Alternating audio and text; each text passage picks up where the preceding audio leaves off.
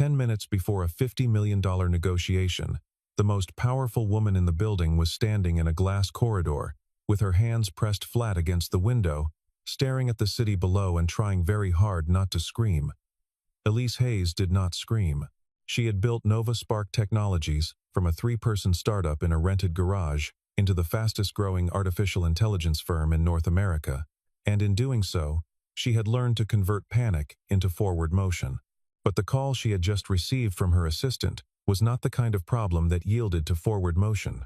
Marcus Webb, the company's chief linguistic consultant, and the only person on her entire payroll who could speak fluent Japanese, German, French, and Korean simultaneously, had been in a car accident on the highway. He was conscious. He was going to be fine. But he was also 40 minutes away, strapped to a gurney, and the delegation from 4 countries was already seated in the 32nd floor conference room, drinking the sparkling water her team had carefully chosen and making polite, patient conversation with people who could not understand a single word they were saying. The deal on the table was worth $50 million. It represented Nova Spark's entry into every major international market. It was, in Elise's own words from the press briefing 3 weeks ago, the threshold of a new era. And now she stood in the corridor with 10 minutes on the clock and no interpreter, which meant she was standing at that threshold with no key. The man in the corridor with her did not know any of this. He was not supposed to know any of it. Leo Sullivan was 38 years old, and he worked the morning shift as part of the building's facilities crew, and at 7:49 on a Tuesday morning his job was to wheel the gray utility cart from the service elevator to the north end of the floor and replace the waste liner in the bin beside the water fountain. He had been doing this particular task for 2 years and 4 months. He was good at it. He was good at all of it: the liner replacement, the light bulb changes, the door adjustments, the floor waxing, because Leo Sullivan was methodical by nature, and because methodical people, in his experience, were rarely thanked for being methodical, but were always noticed when they stopped. He preferred it that way. He preferred, in almost all situations, not to be noticed. He lifted the bin liner, cinched the twist tie, dropped the fresh one in, and turned the cart toward the service corridor, just as Elise Hayes turned from the window and walked past him without seeing him at all. That was fine. Leo was used to it. He pushed the cart 3 more feet and then paused, because the conversation coming through the partially open conference room door was not the kind of thing he could easily unhear. He did not mean to eavesdrop. He stood very still beside his cart and listened to 3 vice presidents and 1 deputy CFO try to explain to each other, in increasingly urgent tones, that the investors were in the room and there was no interpreter, and the meeting was supposed to start in 9 minutes, and nobody knew what to do. He heard one of them suggest calling a translation service. He heard someone else point out that translation services did not arrive in 9 minutes. He heard a third voice say that they might have to cancel. And then the sound of a long and weighted silence. Leo stood beside his gray cart and looked at the door. He had a daughter at home. Her name was Emma, and she was 8 years old, and she had eaten cereal for breakfast because he had left early, though he had called her from the elevator to make sure she'd added the banana slices and not just the cereal, because Emma had strong opinions about banana slices, and sometimes those opinions involved throwing them away when she thought no one was watching. He had a stable job, and a small apartment, and a routine that kept his daughter fed and rested, and on the school bus by 7:35 every morning. He had a life that was, by the metrics that mattered to him, exactly what it needed to be. He looked at the door. He pushed his cart 2 feet to the left. He knocked, very gently, on the frame. Elise Hayes had not achieved what she had achieved by ignoring data. She had achieved it by reading every signal in a room and acting on it before the room had finished deciding what those signals meant. When the facilities worker knocked on the doorframe, her first reading was automatic and unfair, and she knew it was unfair even as it happened. Wrong person, wrong situation, wrong time. Her second reading came half a second later, and it was slower and more honest. He was calm. He was standing still in the middle of what was clearly a visible crisis, without a trace of the anxious helpfulness that usually accompanied people who wanted to seem useful. He looked like someone who had something to say and had decided, after weighing the relevant factors, that he might as well say it. "Can I help you?" she said, which was the reverse of what she meant. But Leo Sullivan seemed to understand the reversal without any difficulty. "I couldn't help overhearing," he said, and he had a quiet voice, the kind that did not rise at the end of statements or fill silence with extra words. "I think I might be able to help with the interpreter situation. If that's still the problem." Elise stared at him. Behind her, one of the vice presidents made a sound that was not quite a laugh. The deputy CFO said, "That's very kind, but we need someone who actually speaks." And then Elise held up one hand, and the room went quiet. "Which languages?" she said. Leo Sullivan listed them without rushing. "English, French, Japanese, German, Korean." The room stayed quiet for a different reason than before. Raymond Cho, the vice president of corporate partnerships, was a man who had spent 11 years in international business development and did not enjoy surprises. He stepped forward, with his arms crossed, and looked at Leo Sullivan with the practiced skepticism of someone who had been sold a great many things that turned out to be smaller than advertised. "Say something in Japanese," he said, in the flat tone of a test rather than a request. Leo looked at him for a moment, and then he said 4 sentences in Japanese, evenly paced, with the particular pitch modulation of someone who had spent real time learning the language from people who spoke it as their first tongue, rather than from software programs that did not. Raymond's expression did not change, but the muscles around his jaw did something complicated. "German," he said. Leo said 2 sentences in German. "Korean." Leo spoke for perhaps 6 seconds in Korean, and at the end he looked at Raymond Cho without any particular expression, and Raymond Cho looked back at him. And then Raymond turned to Elise and said, "He'll do," in the tone of a man who did not enjoy saying things he had not planned to say. Elise was already looking at Leo. "We start in 7 minutes, she said. "I know you're on the clock with facilities. I'll make sure your supervisor." "It's fine," Leo said simply. He left his cart in the corridor beside the water fountain and walked into the conference room in his gray and blue facilities uniform, and 6 people in business suits moved aside to let him through. The conference room on the 32nd floor was a long rectangle of glass and pale wood, with a table that could seat 20, and currently seated 14 investors, 4 members of Nova Spark's executive team, 2 lawyers from each side, and now, at the far end nearest the window, one facilities worker who had pulled out the chair that someone had originally placed for the absent Marcus Webb. The temperature in the room had been set at 68 degrees, which was the temperature Marcus had specified in his pre-meeting notes because he believed slightly cool rooms produced clearer thinking, and the catering crew had set out a tiered tray of pastries that no one was eating, and the light through the floor-to-ceiling windows was the particular flat bright light of a Tuesday morning that made everything look slightly overexposed, like a photograph taken without accounting for the sun. The investors, to their credit, gave nothing away. Hiroshi Tanaka from Tanaka Capital in Osaka offered a small bow from his seat, a restrained, businesslike bow. Not the deeper bow of greeting, but the bow of someone who is acknowledging a situation with measured equanimity. Klaus Bauer from the Munich Technology Consortium nodded once, with his hands folded on the table in front of him, a posture that could have meant patience or skepticism, and probably meant both.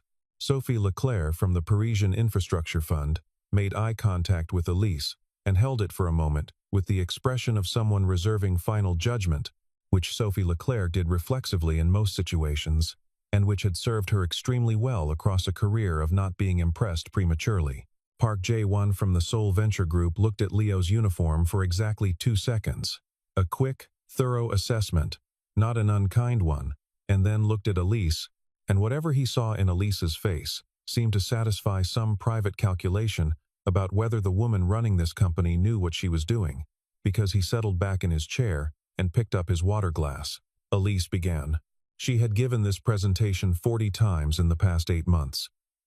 She knew every slide, every data point, every transition. What she did not know, until today, was how it sounded in 4 other languages, as spoken by someone who understood not just the words, but the weight behind them. Leo did not translate in the robotic, lag-behind manner of someone converting text in their head. He listened to Elise speak for a sentence or two, captured the meaning and the intention and the emotional register of what she was saying, and then rendered it outward in each language, as though the language had been waiting for exactly those thoughts. When Elise described Nova Spark's proprietary learning architecture, Leo translated the technical terminology into German with the precision of an engineer and into Japanese with the layered politeness that Hiroshi Tanaka clearly expected, a nuance that caused the older man to tilt his head slightly in what Leo recognized as genuine attention. When Sophie Leclerc asked a question about regulatory alignment with European frameworks, she asked it in French with a certain arch quality, in her phrasing a professional habit, Leo suspected, designed to probe whether the other side was being precise or merely optimistic, and Leo translated it back to Elise in English with that quality intact rather than flattened out, so that Elise heard not just the words, but the tone of mild skepticism embedded in them, and answered accordingly. He watched Elise register that. She glanced at him for just a moment, not long enough to break her stride, and then she answered Sophie Leclerc with the specificity that the question had actually been asking for. Something in the room shifted, very slightly, like a room that had been holding its breath and decided it could breathe now. It was 40 minutes into the meeting when Hiroshi Tanaka leaned slightly toward his colleague and said something in a low voice in a dialect that was not the standard Tokyo Japanese most interpreters would have prepared for. It was the regional variation of Osaka Ben, the dialect of Hiroshi Tanaka's home city, and it had been many years since Leo had spent 7 months working in Osaka, and had learned to understand it not from textbooks but from the man at the convenience store downstairs from his apartment, who insisted on using it exclusively. Even when Leo clearly did not understand a word, he understood it now. Hiroshi was saying to his colleague that the technology was impressive, but that he wanted to know whether the people behind it were trustworthy, because impressive technology was everywhere, and trustworthy people were rare. Leo waited a beat. Then he said, in Osaka Ben, that trustworthy people were rare everywhere, and that he supposed Tanaka-san would have to decide for himself based on what he was seeing, but that, for his own part, he had been working in this building for over 2 years and had never heard anyone cut a corner.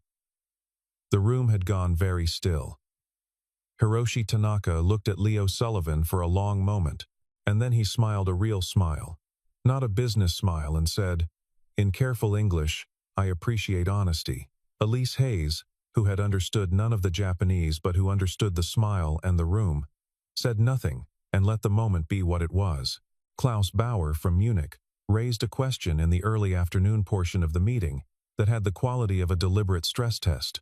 He was asking about liability in cross-border data transfer scenarios, specifically the intersection of the EU's evolving data governance framework, South Korean data sovereignty protocols, and American disclosure requirements, and he asked it in German with the kind of technical density that signaled he did not expect a useful answer.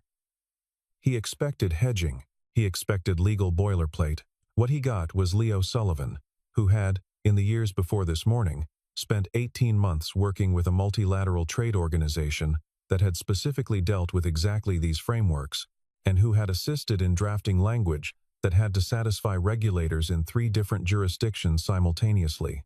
Leo translated Klaus's question faithfully, and then, when Elise had given her answer, and Leo had rendered it in German, he added checking with Elise first with a glance, and getting a small nod, a clarification about the specific regulatory bridge that Nova Spark's legal team had likely already anticipated.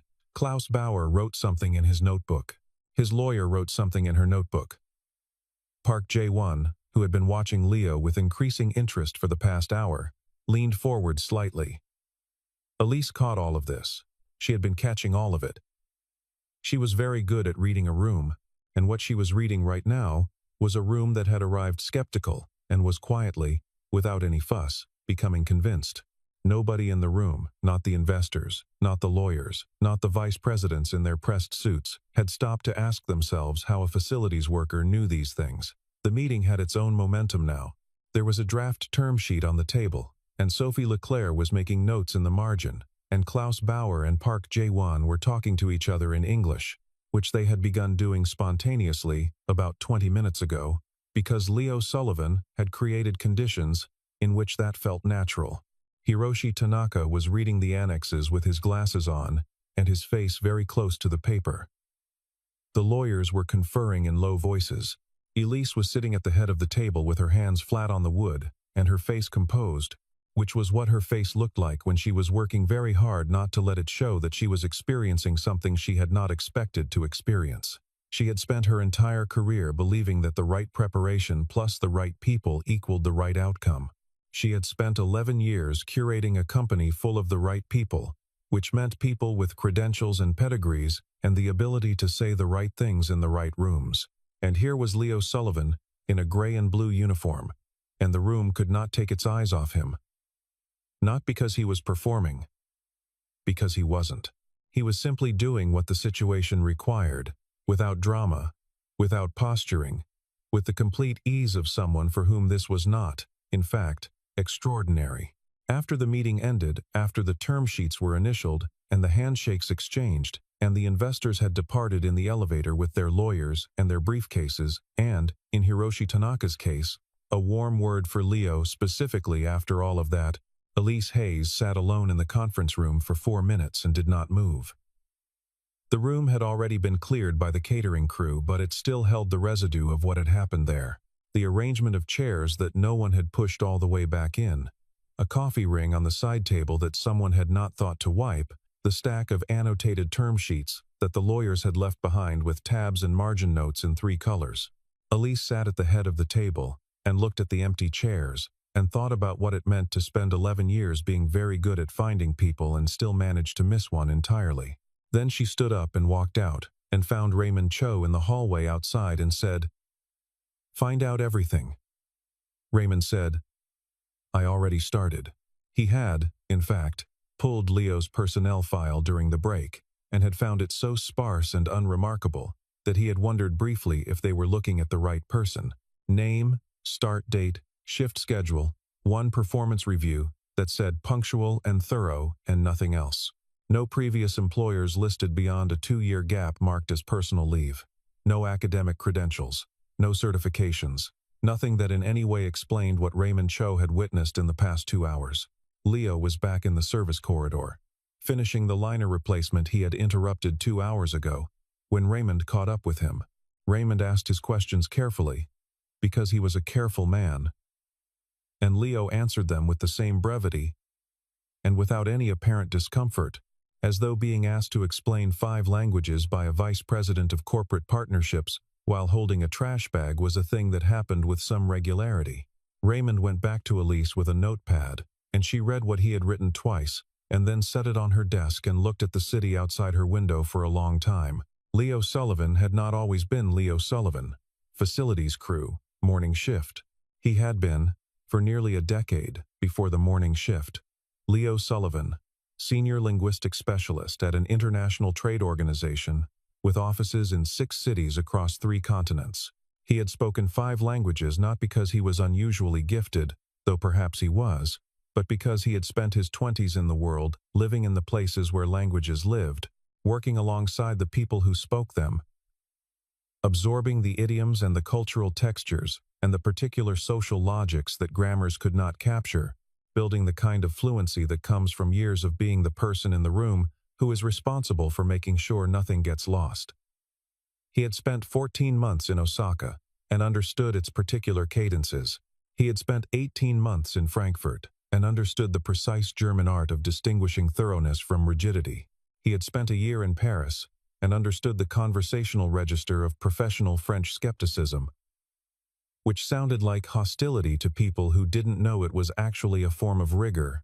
He had lived in Seoul for 2 years and had learned Korean not from a phrase book, but from a patient woman at the language school near his apartment, who had corrected his honorifics with the gentle persistence of someone who understood that getting those wrong would cost him more than he knew.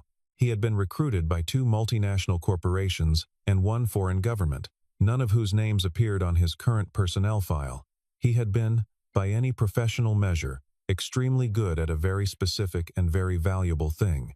He had also been, during those years, married to Catherine, who was a structural engineer from Portland, with a loud laugh and a talent for solving spatial puzzles that Emma had clearly inherited, and who had been traveling with him for the first 3 years, until they decided they wanted to stop moving and start something permanent, and so they had.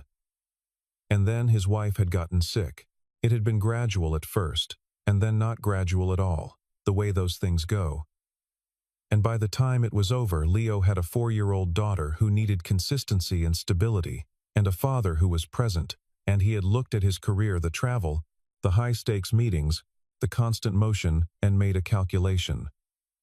He had traded one kind of life for another. He did not think of it as sacrifice. He thought of it as clarity. Emma needed him on the ground, in the apartment, awake at 4 in the morning and home by 2 in the afternoon, and so that was what he arranged. He had applied for the facilities position because it paid reliably, and started early, and ended early, and required nothing from him when he walked out the door. He had mentioned none of his previous work in his application. Nobody had asked. Elise found him the next morning in the lobby near the elevator bank, not because she had planned to approach him there, but because she had asked the facilities scheduler what time his shift started and then walked through the lobby at that time, which was a thing she would not have admitted was intentional, but which was in fact very intentional. Leo was signing in at the security desk with his badge, and he looked up when he heard his name and did not seem particularly surprised to see her, which she noted. She suggested coffee. He said he had about 20 minutes before he was on the clock, and that was probably enough. They sat at the small table near the lobby window with 2 cups of coffee from the cart, and Elise put her hands around her cup and looked at him directly. "Why didn't you ever tell anyone?" she asked. It was the question she had been carrying since the previous afternoon, and she had decided overnight that there was no useful preamble for it. Leo looked at his coffee. "Nobody asked," he said, which was also what he had said the day before, and she suspected it was both simpler and more complete than it sounded.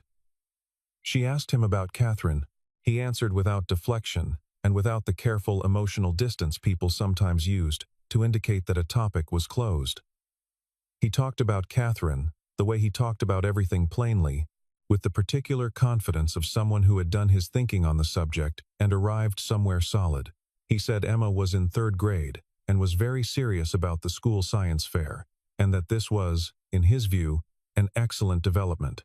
Elise asked if he had ever thought about going back to his previous work. Leo looked at the lobby. "I thought about it," he said. "Emma's getting older. Things shift." Then he looked back at her. "Why?" She offered him the directorship of international relations. She named a salary figure that was more than 10 times what he currently earned, and she named it without softening it or building to it, because she had decided that Leo Sullivan was not a man who needed things softened or built to. And she was right. He heard the number without expression, and then he was quiet for a moment, and she could see him doing the calculation, not the financial calculation, which he had obviously already done in the time it took her to say the figure, but some other calculation that she didn't yet have all the variables for. "I'd need flexibility," he said, "when Emma's sick. When there's a school thing, I'm not negotiating that as a perk. I'm telling you it's not optional." Elise said, "Understood." He looked at her steadily. "And I'd want to build the team properly. Not fast. Properly." She said, "That's the job." He was quiet again. Outside the lobby window, the city was doing what it did in the morning. Trucks and people and pigeons, and the particular quality of early light that felt, for just a moment before it became ordinary, like something that had been recently invented. Leo looked at his watch, and then he looked at Elise Hayes, and he said, "When would you need an answer?" She said, "When you're ready."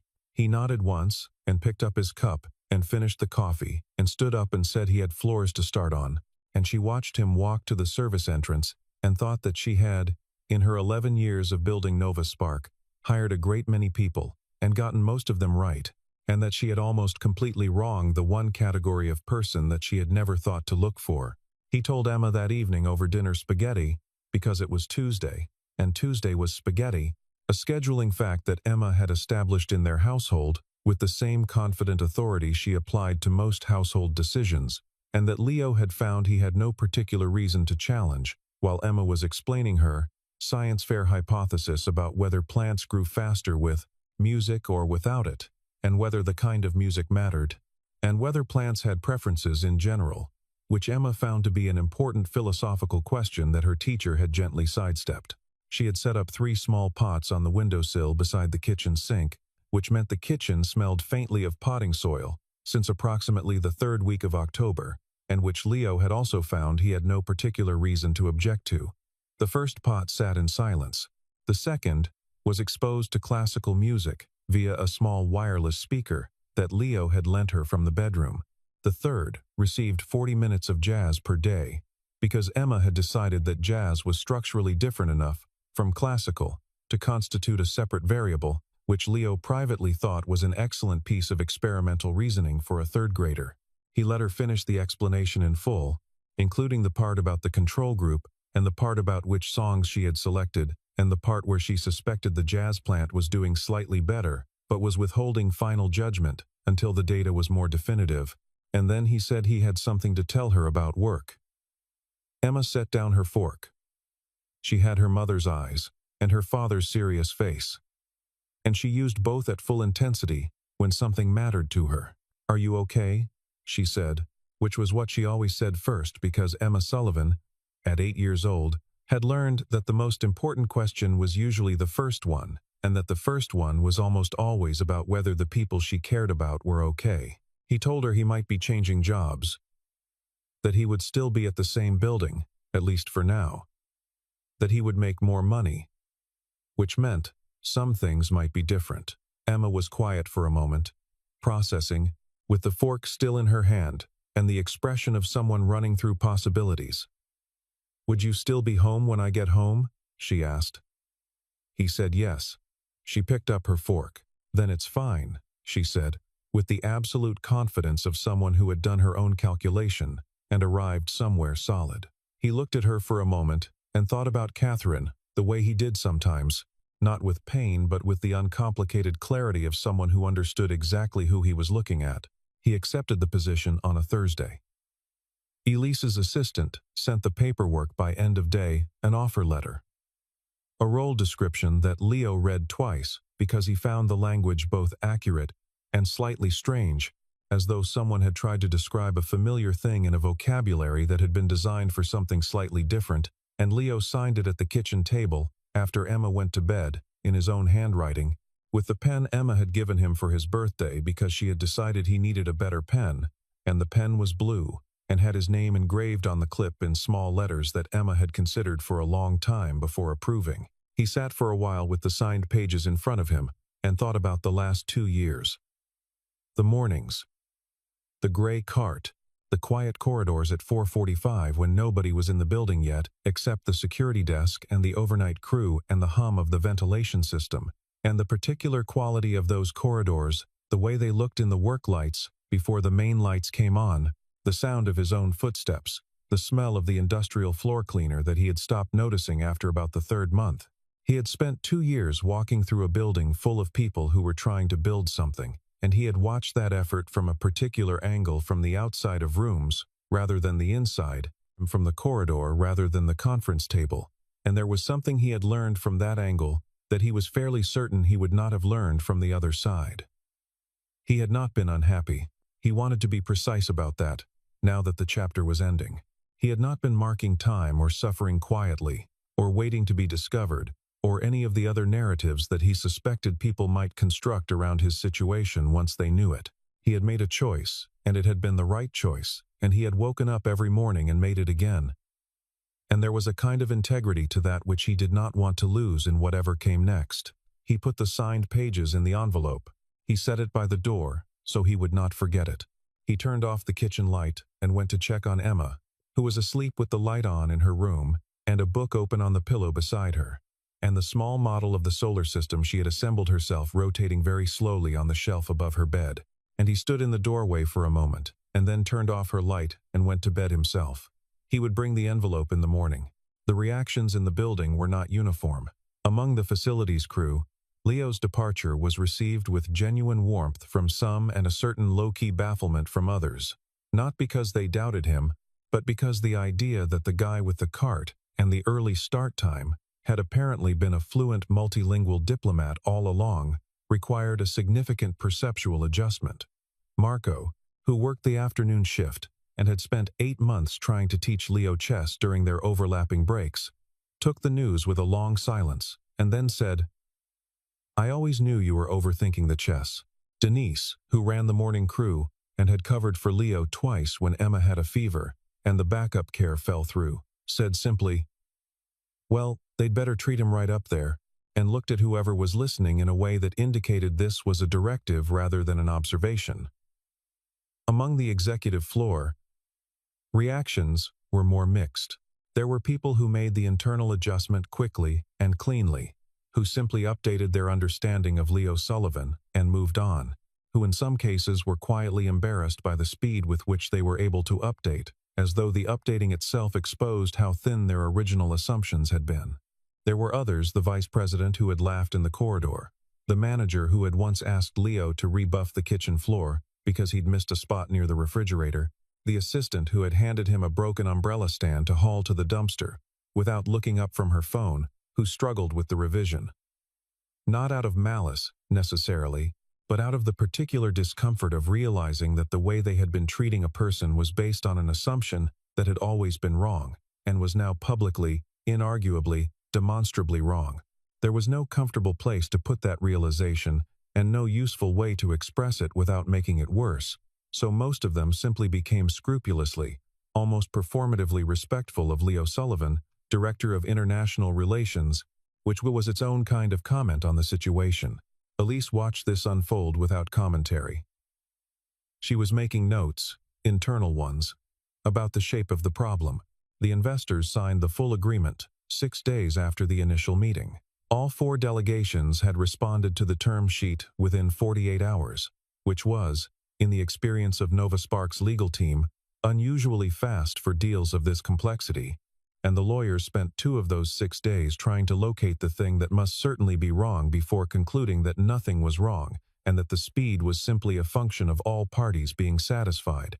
Hiroshi Tanaka sent a handwritten note with the signed documents, addressed not to Elise but to the company as a whole, which was the kind of thing Hiroshi Tanaka would do, and which Elise read 3 times before she filed it. In the note, written in English, in a careful, deliberate hand that suggested someone who had learned the language as an adult and had taken that education seriously, he said that he had been doing international business for 31 years, and that the thing which most often caused deals to fail was not numbers or technology or market conditions, but the inability of people from different places to actually hear each other, not just hear the words, but hear what the words were trying to say, which was always a different and more difficult thing. He said that the previous week, he had been in a room where that particular failure had been prevented by someone who understood that translation was not about converting words, but about building a passage between different ways of understanding the world. He said this was rare and should be treated accordingly. He wished the company continued wisdom in the people it chose to have around it. Elise pinned the note above her desk, which was not something she typically did with correspondence. She had a filing system that was meticulous and essentially sentimental proof, but the note went above the desk. When her assistant asked about it 3 weeks later, Elise said it reminded her of something she needed to keep remembering. Her assistant, who had worked for her for 4 years and understood that some answers were complete, nodded and moved on. Leo's first act as Director of International Relations was to hire a team. His second act was to refuse a corner office. He took a smaller room near the International Affairs Division, with a window that looked out at the parking structure rather than the skyline, which no one could persuade him was a reasonable choice, but which Leo felt was a perfectly good window, and whose skyline views would have been lost on him anyway since most of his meetings happened facing people rather than windows. When Elise's assistant sent him a revised floor plan with the corner office highlighted in blue, Leo sent it back with a note that said simply, "The other room is fine. Thank you," and that was the end of that conversation. He requisitioned a whiteboard, a second monitor, and a standing desk with a height adjustment mechanism, and he moved in on a Monday and had the whiteboard covered in language mapping diagrams by Thursday, color-coded by region, with notes in 3 different alphabets in the margins that his new colleagues would spend several weeks trying to decode, before eventually just asking him what they meant. He hired 3 people in the first month, each of them with language skills and cultural knowledge, that the conventional hiring process would have found difficult to evaluate. Two had unconventional backgrounds. One had been working as a high school language teacher and had spent 11 years living in Southeast Asia before returning stateside, and brought with her not just the languages, but the relational intelligence that came from having been a foreigner for over a decade and learning to navigate that position with grace.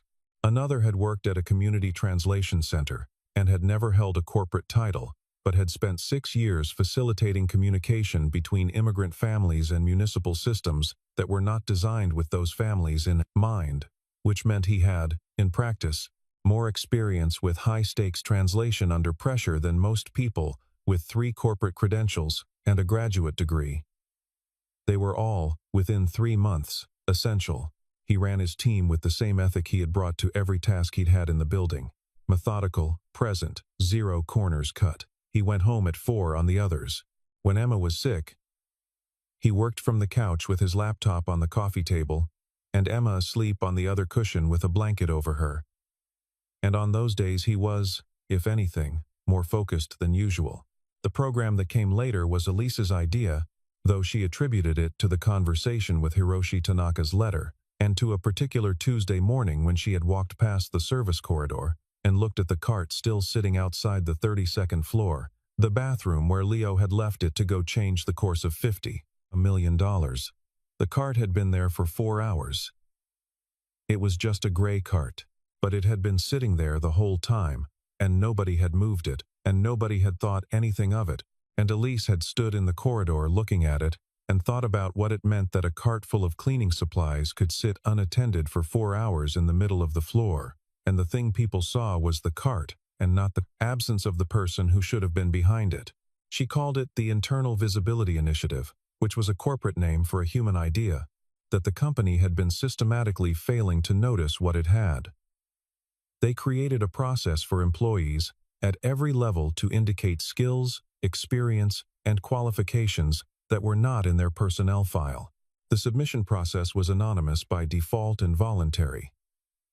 And it was designed not by the HR department, but by Leo's former colleague from the translation center, who had spent 6 years making bureaucratic systems accessible to people who had reason to distrust them, and who brought that knowledge to bear on the intake form with considerable skill.